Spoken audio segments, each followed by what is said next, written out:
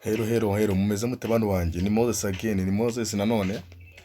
Kubera urukundo mbakunda rero mbazaniye indi VPN ikora neza cyane, abona HA tunes 5 plus muno misi nayo ikora neza nkuko mubishaka. Yangiye kwereka uburyo rero ukuntu wakoresha bita anonitan.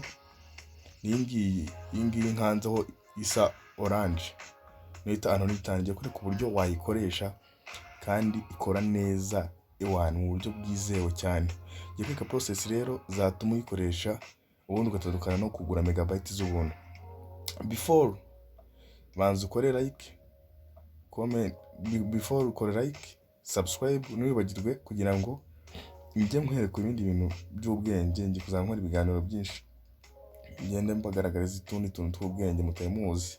Urabona HA 5 plus yari yaranze bayishyiragaho ugasanga turavumbuye bongera bayifunga, ariko iyi ngiyi yo irizewe, iri safe 100%.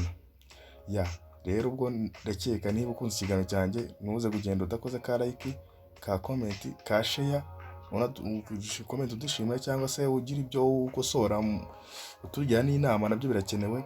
Kandi nanone cyane mudufashe mukande subscribe basi, turabasabye kugira ngo channel yacu ikomeze kugenda ikurikirwa n'abantu benshi, kubera ko urabona n'uburyo bwafasha abantu. Then iyi anonitan reka nyikandeho mbe ku buryo wayikoresha. Ni free way kabisa. Irihuta cyane, rigenda neza kurusha HA 5 plus.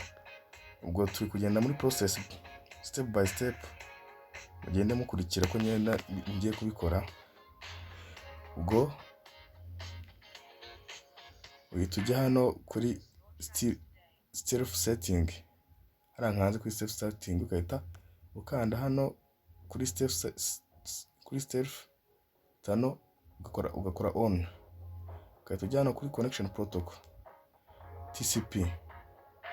Ni ama protocol, ukahita ukanda kuri HTTP host transfer protocol. Yes, ukahita kuri HTTP, ukahita ushyiramo gutya kujya 80. ubwo kugenda mbereka inzira wabikoramo. Wageranga kuri custom TCP cyangwa se HTTP headers, ukadumwe ugakora kano kantu, ugakora on.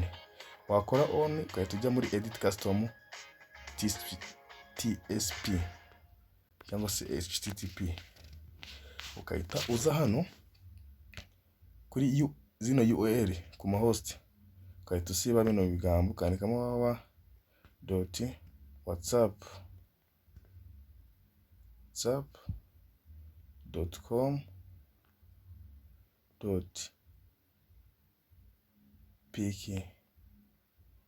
Then ukahita ujya kuri request method, ukandika get yavamo, ukahita wemereza kuri online host,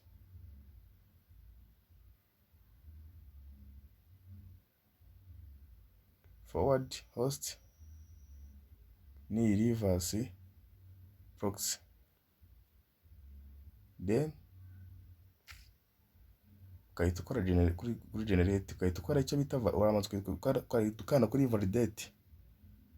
Urabona turayikanze, dusubire inyuma dukande save. Abana yita bahe save, tuno tujye kuri hano best performance.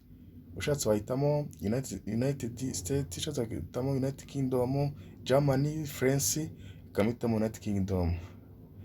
Then process indi bisigaye ni ukanda connect. Abana kuri connecting.